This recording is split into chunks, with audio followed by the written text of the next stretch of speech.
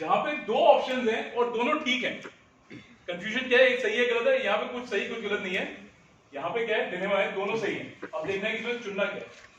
अब जब पहले ब्रेकफास्ट करके आते हैं ना तो दो पॉसिबिलिटीज होती है। पहली पॉसिबिलिटी ये होती है कि खाना अच्छा मिला हो तो हमें जो अच्छी सी एनर्जी आ गई हो, एनर्जेटिक फील कर रहे हो, ये पहली पॉसिबिलिटी होती है। दूसरी पॉसिबिलिटी जो इस होटल में अक्सर होती रहती है, खाना जो होता है वो ज्यादा अच्छा मिल जाता है। अब ज्यादा अच्छा मिल जाता है तो व्यक्ति ज्यादा खा लेता है, और ज्यादा खा लेता है तो फिर नींद आने लग जाती है। तो यहाँ पे होता है स्पीकर्स डिलेमा। अब हमें ये नहीं समझ आता कि यार बोलना कैसे चाहिए।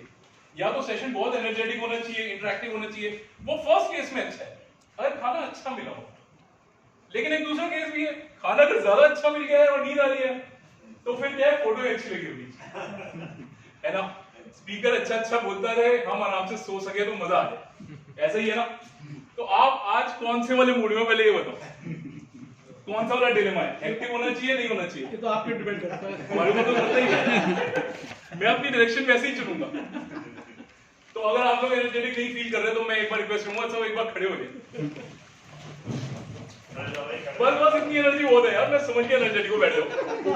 Thank you very much. इसी डिलेमा में थे। क्या बात है। मैं छोटी सी रिक्वेस्ट करना चाहता हूँ कुछ लोगों से, इफ दे डोंट माइंड। भाई किसी ने भी वॉशरूम होके आना तो पहले हो, क्योंकि 3 घंटे की कहानी को आधे पौने घंटे में समेटना है, it takes a lot of time. इसलिए अगर होके आना है तो फटाफट हो, बाद में मिस हो जाएगी। ठीक है, नहीं जाना पक्का, अब बीच में मत उठना है। अब मैं यहाँ से तुषार से रिक्वेस्ट करूंगा, भाई थोड़ा सा इधर आ जा थोड़ा सा ना, और आदर्श भाई इफ यू डोंट माइंड आप भी थोड़ा सा यहाँ आ जाओ। सीट्स काफी खाली है, फ्रंट्स की सीट भर दो, बिल्कुल मजेदार लगे। क्या बात है गौरव भाई, इधर यहाँ पे सीट खाली है, यहाँ जाओ आदर्श भाई, वाली खाली है यहाँ पे तुषार ये ले ले। कैसे? चलिए अब स्टार्ट करते हैं। थोड़ा सा माहौल भी अच्छा सा लग रहा है नाइट से, क्योंकि किताब बहुत भारी है, बहुत सारी ज्ञानवर्धक बातें हैं, इसलिए थोड़ा सा लाइट माहौल अच्छा रहता है इसमें। इस किताब के बारे में थोड़ा सा आपको बता देता हूँ। जैसे सर ने बताई दिया, रॉबिन शर्मा ने किताब लिखी थी। आप में से बराक ओबामा का नाम किसने सुना है? क्या बात है, क्या करते हैं वो? प्रेसिडेंट ऑफ अमेरिका रह चुके हैं। Very nice. उनका एक छोटा सा इंट्रो ये भी है जो बहुत कम लोग जानते हैं। He is a famous book critic. वो किताबों के क्रिटिक्स लिखते हैं और हर साल वो एक रीडिंग लिस्ट निकालते हैं कि भाई साहब मरने से पहले आपको ये किताबें तो जरूर पढ़नी चाहिए। And this is the only book जो कि एक इंडियन राइटर ने लिखी है और इस लिस्ट में अपनी जगह बना पाई। ये इस बुक की इंपॉर्टेंस है। बराक ओबामा ने इस बुक को भी अपनी उस लिस्ट के अंदर ऐड किया हुआ है, the monk who sold his Ferrari.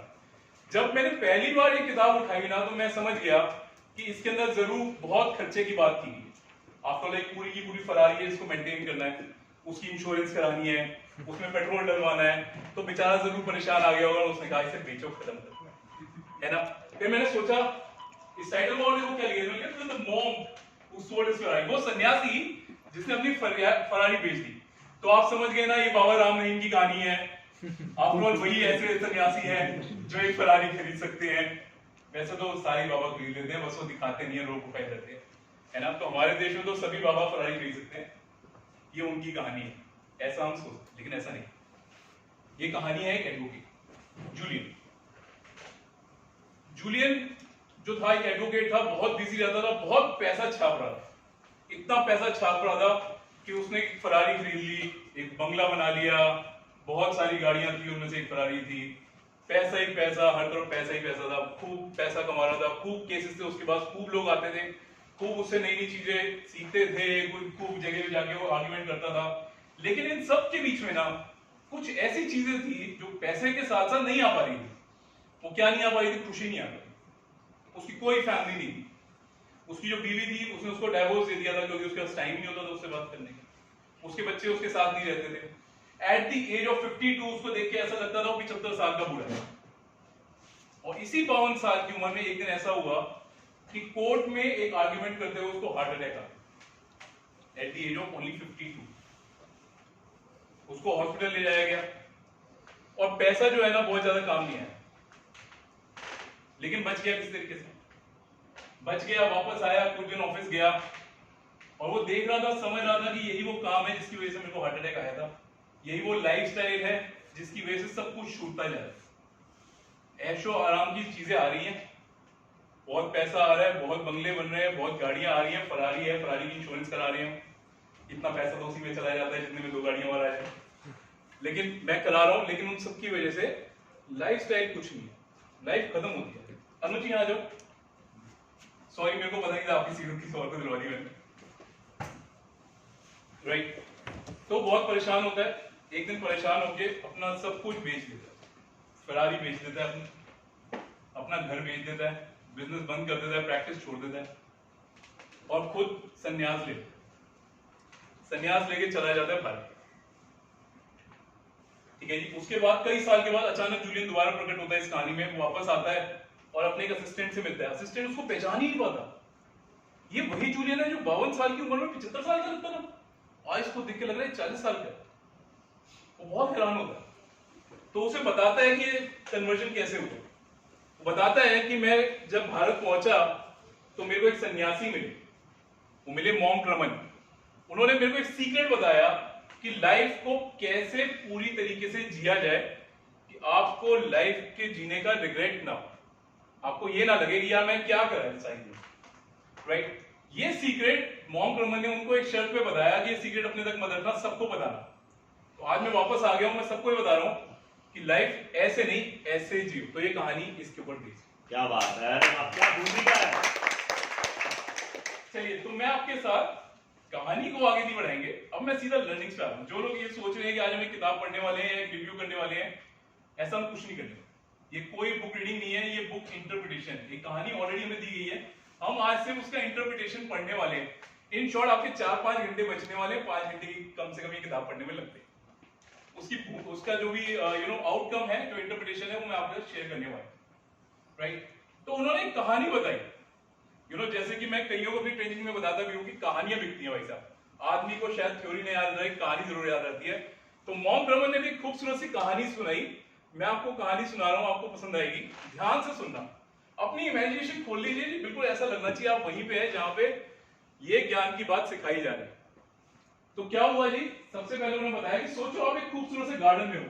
आप ही सोचो, आसपास गार्डन ही गार्डन है, हरियाली है चारों तरफ, इतने बढ़िया। यहाँ मैं देख रहा था, इधर बाहर भी पेड़ काफी अच्छे लगे हुए हैं, कितने खूबसूरत पेड़ हैं, हर तरफ हरियाली है, सब कुछ अच्छा सा है, सब कुछ एचडी में है ना। अभी हम ये सब देख ही रहे होते हैं, हमारी नजर पड़ती है उस तरफ, वो देखो वहां पे वो देख रहे लाइट हाउस दिख रहा है, दिखा सबको। क्या बात है। तो वहां पे भी कहता है लाइट हाउस बीच में लगा हुआ है। अब हम सब मिलके लाइट हाउस के पास जा रहे होते हैं, तो हम जा रहे होते हैं, अचानक ना लाइट हाउस खुलने लग जाता है। हम सब घबरा जाते हैं, क्या हो गया। तो अंदर से बड़ा सा राक्षस जैसा सुमो पहलवान निकलता है। सबने सुमो पहलवान देखा हुआ है। वो क्या है कि पहले मैं ओरिजिनल सुमो पहलवान की फोटो लगाने वाला था, सबने सेंसर कर दी, कह रहे हैं नंगे पुंगे नहीं लगाने भाई, ये फैमिली शो है। तो सुमो पहलवान ऐसे होते हैं, बड़े से जानवर जैसे दिखते हैं, और भाई साहब अपने जानवर जैसे बदन को उन्होंने सिर्फ एक छोटी सी तार से बचा रखा होता है। अगर ये भी हट जाए तो पक्का सेंसरशिप लग जाए, राइट। इस तरह के जानवर सा उस लाइट हाउस में से निकलता है, बड़ा सा जानवर निकलता है। और जैसे आप देख रहे हो, मैं भी यहाँ से निकल रहा हूँ, जानवर की तरफ से आवाज कर रहा है ना, थोड़ा थोड़ा फर्स्ट ऐसी वो निकलता है तो पूरी धरती आवाज करेगी, धम धम धम। अब वो आगे जाता है, तो सुमो पहलवान होने के बावजूद भी लालची बड़ा होता, पहले इतना कुछ है, उसके बाद पूरा का पूरा देखो फैला पड़ा है, फिर भी लालची होता है। आगे की तरफ ना एक सोने की घड़ी पड़ी होती है, कहता है वाह यार कितनी सुंदर लग रही है, तो सोने की घड़ी उठा लेता है। अब उठा लेता है तो उसको पता लगता है कि सोने की घड़ी एक ट्रैप है, ये सोने की घड़ी एक ट्रैप है। टाइम बॉम्ब होता है ना, ये भी एक टाइम बॉम्ब है, चल रहा है, टिक टिक टिक टिक टिक, चलते चलते चलते वो एकदम से फट जाता है, रूम के गिर जाता है, तो गिर जाता है बेचारा। और जैसे कि आप देख रहे हो, फ्लोर अभी भी आवाज कर रहा है, ऐसी धरती पे भी जोर से आवाज होती है, धम, और सुमो पहलवान वही गिर जाता है। हमें लगता है भाई ये तो गया, अब नहीं उठेगा। लेकिन क्या होता है, आसपास इतने बढ़िया बढ़िया खूबसूरत से फूल लगे होते हैं, जो हमने शुरू के गार्डन में देखे, कि उनकी खुशबू इतनी अच्छी होती है कि उसकी नींद खुल जाती है। इन फूलों की वजह से नींद खुल जाती है, वो फिर से उठ के खड़ा हो जाता है। उठ के खड़ा होता है तो देखता है कि अरे सामने छोटे छोटे जो है ना, वो डायमंड्स पड़े हुए हैं। वो घड़ी दिखाई थी ना मैंने आपको, वो फट गई थी, सारे डायमंड यूं फैल गए। अब उसने क्या किया, एक डायमंड उठाया, जेब में डाला, अच्छा जेब तो थी नहीं उसकी, सॉरी हाथ में रखा, फिर दूसरा उठाया, वो भी हाथ में रखा, ऐसे उठा के चलता रहा, and they live happily ever after. बस इस कहानी के अंदर जिंदगी का सार छुपा, इसी कहानी के अंदर पूरा सार छुपा हुआ है। आपके लिए कहानी फटाफट रिकैप कर देता हूं ताकि ये कहानी आपको याद रहे। तो कहानी कुछ ऐसी है, एक छोटा सा गार्डन है, गार्डन के अंदर एक लाइट हाउस लगा हुआ है, लाइट हाउस के अंदर एक शैतान रखा हुआ है जो कि बहुत बड़ा है। शैतान बाहर आता है, शैतान को एक घड़ी दिखती है, घड़ी को उठाता है, घड़ी फट जाती है, लेकिन वहां के बचे हुए फूलों की वजह से, संजीवनी बूटियों की वजह से वो बेचारा बच जाता है। और जब वो बच जाता है तो आगे बढ़ता है और धीरे धीरे अपने लक्ष्य तय करते हुए एक एक डायमंड उठाता रहता है, लाइफ को जीता रहता है। दैट्स ठीक है जी, क्लियर? कहानी याद रहेगी तो अब इंटरप्रिटेशन पे चलते। तो सर ये कहानी शुरू होती है खूबसूरत से गार्डन से। ये गार्डन है हमारा ब्रेन, ये गार्डन है, ये जंगल की तरह उग भी सकता है और एक खूबसूरत गार्डन की तरह डेवलप भी हो सकता है। ये सब हमारे हाथ में, वो उपजाऊ है, हम उसको जैसे थॉट्स देंगे वैसे ही चलेंगे। ये मेरे हाथ में है कि मेरा आज का दिन कैसे होने वाला है, या तो बहुत अच्छा होने वाला है या बहुत बुरा होने वाला है। या तो मैं सोच सकता हूँ कि क्या यार संडे के दिन भी सुबह 7 बजे यहाँ पहुंचना है, या मैं सोच सकता हूँ वाह आज मैं जल्दी उठ गया हूँ, मेरे पास 2 घंटे फालतू है, कुछ प्रोडक्टिव काम करके आऊंगा। हमारे प्रवीण सर भी सेलिंग स्किल्स में बताते हैं आदमी 2 ही तरह के होते हैं, एक होते हैं जगजीत सिंह, एक होते हैं जगहार सिंह। या तो वो जो पूरा जग जीतने के लिए निकले हैं, या वो जिनके पास जो है वो सब कुछ हारने वाले हैं। ये हमारा स्टेट ऑफ माइंड है जो डिफाइन करने वाला है आज मैं क्या करने वाला हूं। मैं चाहूं तो नेगेटिविटी कर सकता हूं, मैं चाहूं तो सुबह आके कह सकता हूं अरे यार 5 स्टार होटल में इतना फीका पकवान था, वैसे आज डोसा थोड़ा सा फीका तो था सर पर कोई बात नहीं, ये मेरे स्टेट ऑफ माइंड है। या तो मैं आज जाके ये कंप्लेन कर सकता हूं 1000 रुपए में यही खाना मिला, या फिर ये मेरे हाथ में है कि मैं आज जाके सोचूं अरे कमाल है इतनी बढ़िया मीटिंग के साथ खाना फ्री था, है ना। ये सिर्फ मेरा स्टेट ऑफ माइंड है कि मैं इसको कैसे डिफाइन करता हूं। मैं आपको बता दूं जिन ये मयंक अच्छे से बताएगा, इसकी अभी भी शादी हुई है, कभी साल तो हो गया ना। हाँ सर, तो कौन सी अभी हुई है, बहुत दिन हो गए वो साल भी हमें साल लग रहा है, इससे पूछो ऐसा लग रहा है पूरी उम्र कैद की सजा हो चुकी है। तो मयंक भाई ये बताओ ये जो एंगेजमेंट से शादी के बीच का टाइम होता है उसको क्या कहते हैं? Courtship period. अरे हाँ कोर्टशिप कहते हैं। मेरे को बहुत समय हो गया इसमें भूल गया हूँ शब्द ना, आजकल कोर्ट के नाम पे एक ही कोर्ट याद आता है मेरे को। यू नो जिस फिल्म को आप लोग फ्लॉप और बेकार कहते हो ना, इनसे पूछो कोर्टशिप में वही देखने का मजा था कि जब हम हॉल में वो देखने जाते थे तो कितने आराम से एक दूसरे से बातें कर लेते थे। It's all about state of mind, कुछ बुरा नहीं होता, ठीक है ना। इट्स आपकी स्टेट ऑफ माइंड पे है। हो सकता है आप लोगों में से कुछ सोच रहे हो यार अंकित सर कितना पका रहे हैं, लेकिन ये आपकी स्टेट ऑफ माइंड है, मैं नहीं पका रहा हूं। आप में से कुछ ये भी सोच सकते हो वाह क्या बात है, ऐसे जोकर भी बोल लेते हैं, right. It's all our state of mind, हम अपने माइंड को क्या समझा रहे हैं। अगर हम उसको गार्डन नहीं बनाएंगे तो वो जंगल बन जाए। नेगेटिव लोगों के साथ रहोगे तो नेगेटिविटी बढ़ेगी, पॉजिटिव के साथ रहोगे पॉजिटिविटी बढ़ेगी। अपने गार्डन की रक्षा आपने करनी है।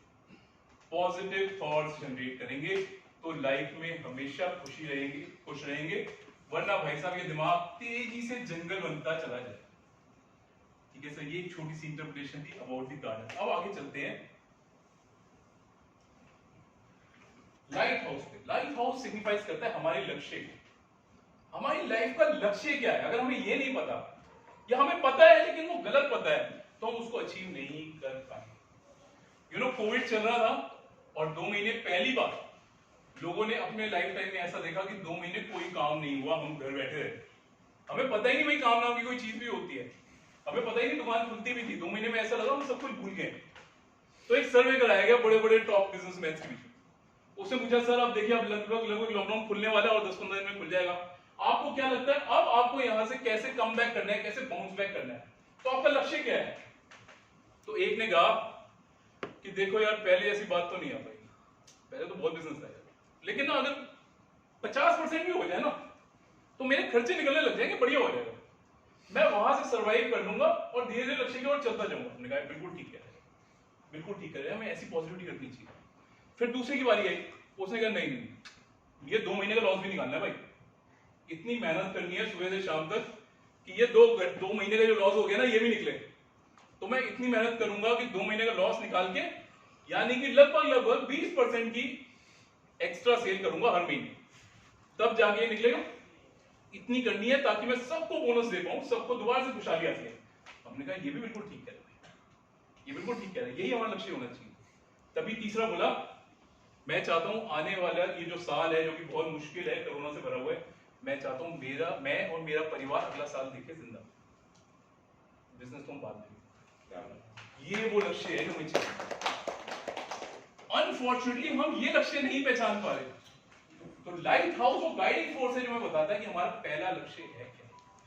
यार ये कमाई कर किसके लिए रहे हैं? अगर हमारा परिवार ही हमसे खुश नहीं है तो फिर इस सारी कमाई का, इस सब का कोई फायदा नहीं। मैं सोच रहा हूं मैं उनका फ्यूचर सिक्योर कर रहा हूं, लेकिन वो फ्यूचर कब आएगा किसने देखा है? अनफॉर्चुनेटली ये बड़ी दुखद सी घटना अभी हमारे साथ ही घटी। पिछले महीने मेरे चाचा जी नहीं रहे। Such a fit person, such a successful person, अपनी लाइफ को नीचे से शुरू करके कहां तक लेके गए। और शायद वो आप सोच रहे होंगे कि अब मैं रिटायर हो जाऊंगा और अगले साल से मैं बच्चों को पूरा ध्यान दूंगा, लेकिन लाइफ का किसी को नहीं पता। यू नेवर नो कल क्या होने वाला, राइट? इसीलिए इस लाइट हाउस को पहचानो, अपने लिए एक लक्ष्य तय करो और ध्यान रखो वो लक्ष्य ऐसा ना हो जिसकी वैल्यू मेरी जीवन से भी ज्यादा है। उस फरारी का कोई फायदा नहीं जिसके साथ में कोई बैठने वाला ना हो, मेरे को अकेले ड्राइव, राइट? तो अपने लक्ष्य को पहचानो, ये लाइट हाउस कह रहा है। फिर आते हैं सुमो पहलवान की तरफ। ये सुमो पहलवान एक कजान टेक्निक होती है जिसके थ्रू तैयार होते हैं, जापानीज ट्रेडिशन है कजान। इसके अंदर ये कहते हैं सेल्फ इंप्रूवमेंट।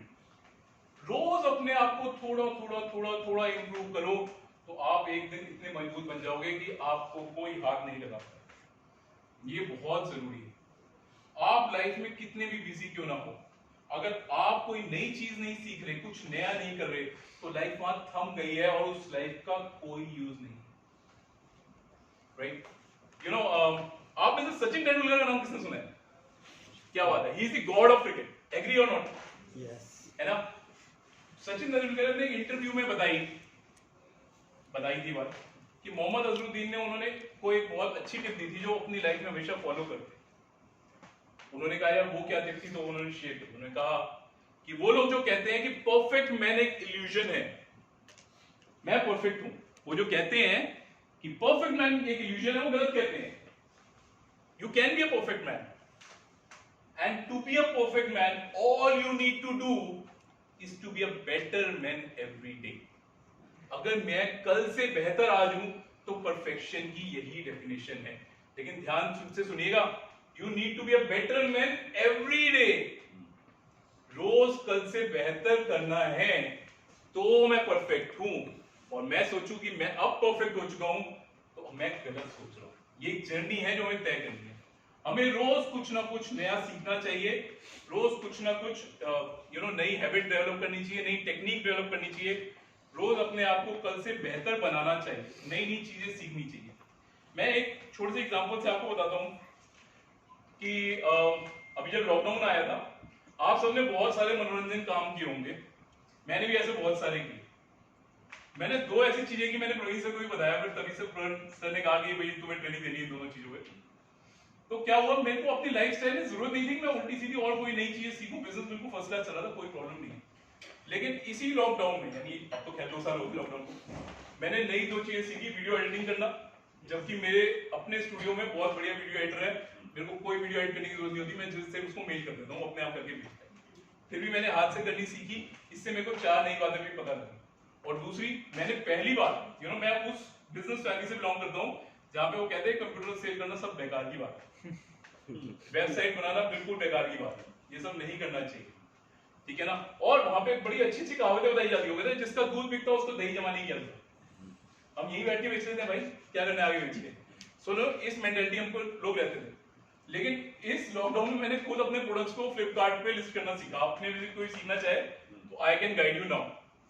तो रोज थोड़ी थोड़ी इंप्रूवमेंट जरूर कीजिए, लाइफ में जरूर किसी ना किसी दिन आपका काम आएगा। जब सेकंड लॉकडाउन आया ना, तो हमने फ्लिपकार्ट पे इतना माल बेचा कि हमें लगा ही नहीं कि हमारी दुकान बंद है। क्या बात। तो अगर आपको लग रहा है जरूरत नहीं भी है, तो भाई साहब गलत सोच रहे हैं, जरूरत आ जाएगी किसी दिन। जिस दिन आएगी उस दिन नहीं सीख पाओगे, इसीलिए आज सीखो, रोज कुछ नया करो। जैसे मैंने बराक ओबामा का बताया, आप जान के हैरान हो जाएंगे, वो साल में 24 किताबें पढ़ते हैं। कुछ नया पढ़ने की हैबिट डेवलप करो। पढ़ना बहुत जरूरी है, ये हमारे शास्त्रों में हमें सिखाया गया है लेकिन जब मुगल आए तो उन्होंने हमारी सभ्यता को ऐसा तहस नहस किया कि हम समझ नहीं पाए क्या हुआ। ठीक है, आप में से बहुत सारे लोग, हो सकता है अभी मैं जो बात कह रहा हूं आप में से कुछ लोगों को ऑफेंसिव लग जाए, लेकिन ये सच है।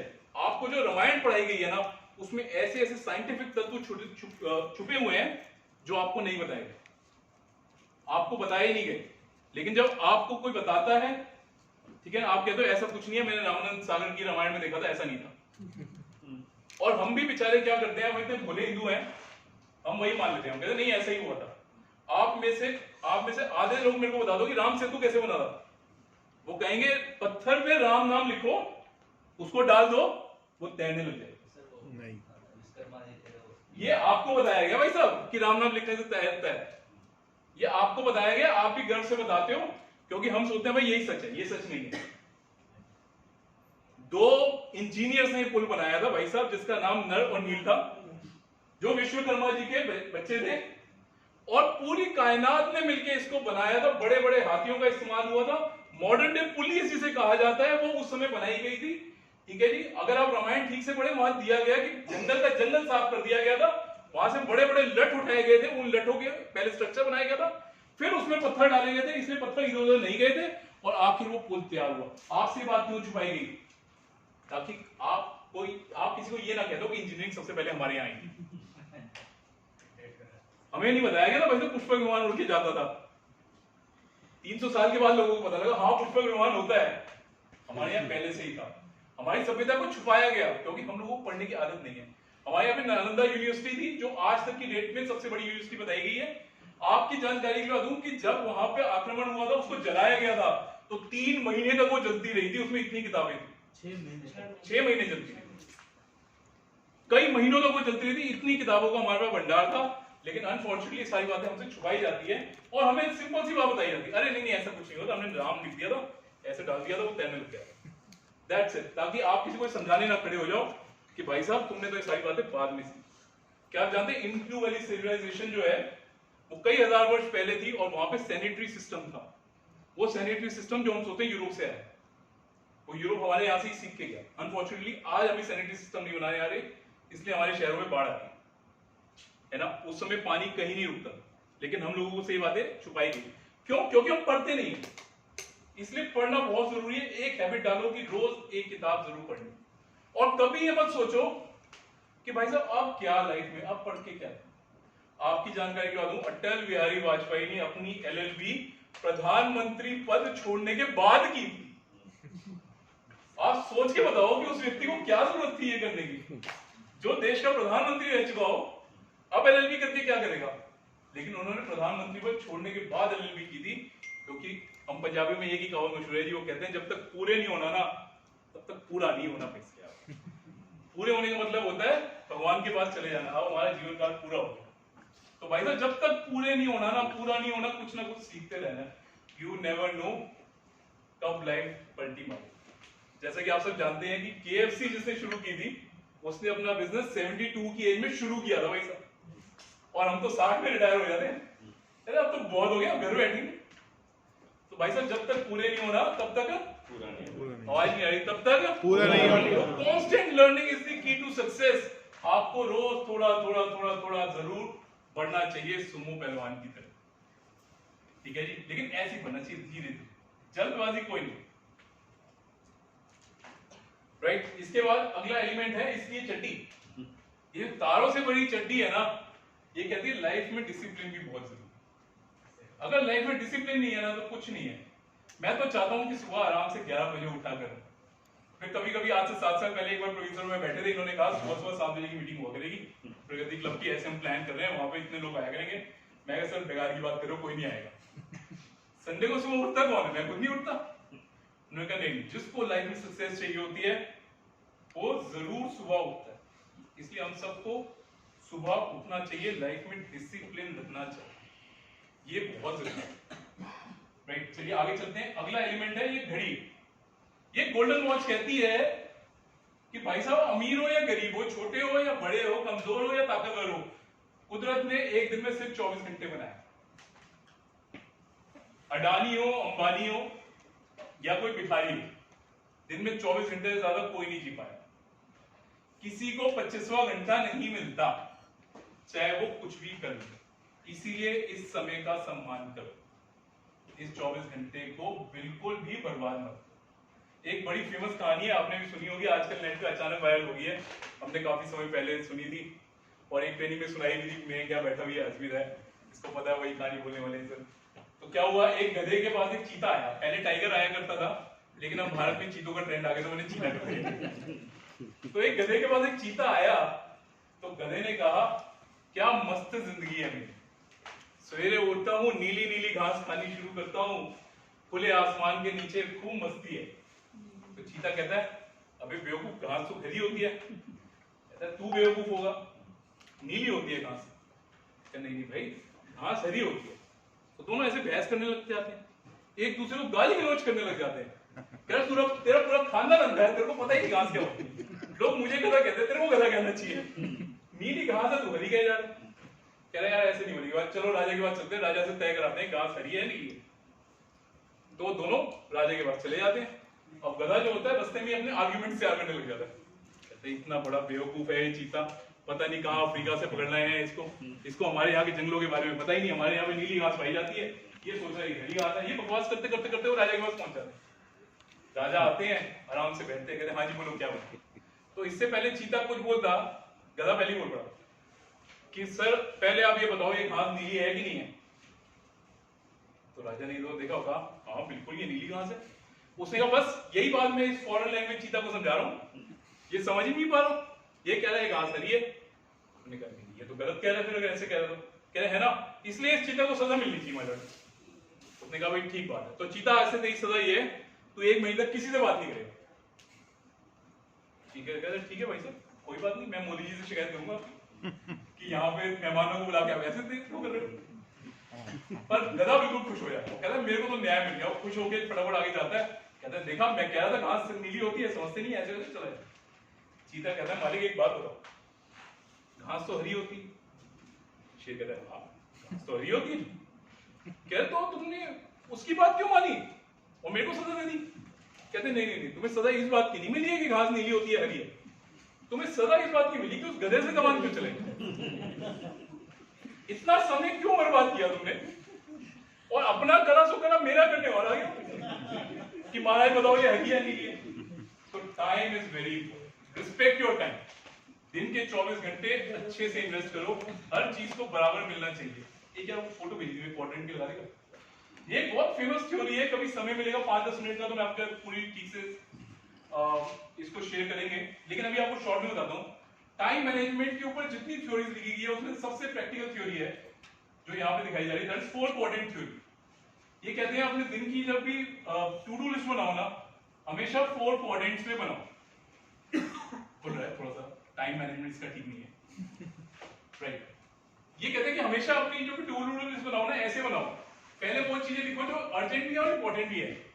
वो क्या हो सकता है, क्राइसिस, भैया आज नहीं करा तो कल नहीं कर पाएंगे, जैसे कल दिवाली मेला है, आज गिफ्ट खरीदने तो आज ही खरीदने, कल नहीं खरीद पाएंगे। दूसरी वो चीजें जो इंपॉर्टेंट है लेकिन इतनी अर्जेंट नहीं है, जैसे प्रोडक्ट प्लानिंग, मैं एक प्रोडक्ट प्लान कर रहा हूँ, जब तक परफेक्ट नहीं होगा नहीं लॉन्च करूंगा, ठीक है कल नहीं होगा तो परसों कर लेंगे, समथिंग लाइक दैट। तीसरी वो चीजें जो इंपॉर्टेंट नहीं है लेकिन अर्जेंट है, अब भाई किसी का फोन आ रहा है तो आ रहा है, आज ही अटेंड करना, कल थोड़ी करेंगे। कोई बंदा बाहर से आया हुआ तो आज ही आया हुआ, भले उससे मिले इंपॉर्टेंट है या नहीं है कोई फर्क नहीं पड़ता। आखिरी वो चीजें हैं जो इंपॉर्टेंट भी नहीं है और अर्जेंट भी नहीं है, कर लिया नहीं करा टाइम वेस्टेज। जैसे फेसबुक खोल के देखना, मतलब अगर आपकी उसके बिजनेस प्रोफाइल है तो अदर डिफरेंट डील, नहीं तो शायद वो इतनी इंपॉर्टेंट नहीं। ये सबसे प्रैक्टिकल थ्योरी है। अब मेरे को एक बात सोच के बता दो, सबसे इंपॉर्टेंट क्वाड्रेंट कौन सा है? वन है ना। हम में से ज्यादातर लोग यही मानते हैं कि फर्स्ट क्वाड्रेंट सबसे इंपॉर्टेंट क्वाड्रेंट है, बस हम यही गलती करते थे, इसीलिए हम कभी टाइम मैनेजमेंट को परफेक्ट नहीं कर पाते। यहाँ पे सबसे इंपॉर्टेंट क्वाड्रेंट है सेकंड, वो चीजें जो अर्जेंट नहीं है लेकिन इंपॉर्टेंट है, जो आज अर्जेंट नहीं है लेकिन इंपॉर्टेंट है, इसका मतलब वो कल अर्जेंट हो जाएगी। अगर इस क्वाड्रेंट की लिस्ट पड़ी रहती है ना भाई साहब, तो धीरे धीरे यहां आती रहती है और ये क्वाड्रेंट बढ़ता रहता है, और फिर हम वही कर पाते हैं जो हम उस समय कर पाते हैं। जैसे एग्जाम्स होते हैं, हमें पता है साल मिला पढ़ने के लिए, लेकिन हम अगर आखिरी दिन पढ़ेंगे तो उतना ही पढ़ पाएंगे जितना एग्जाम में पूछा गया, उससे हम कुछ ज्यादा नहीं पढ़ पाएंगे। तो जो पढ़ाई करनी थी वो कहां थी, वो अर्जेंट नहीं थी लेकिन इंपॉर्टेंट थी।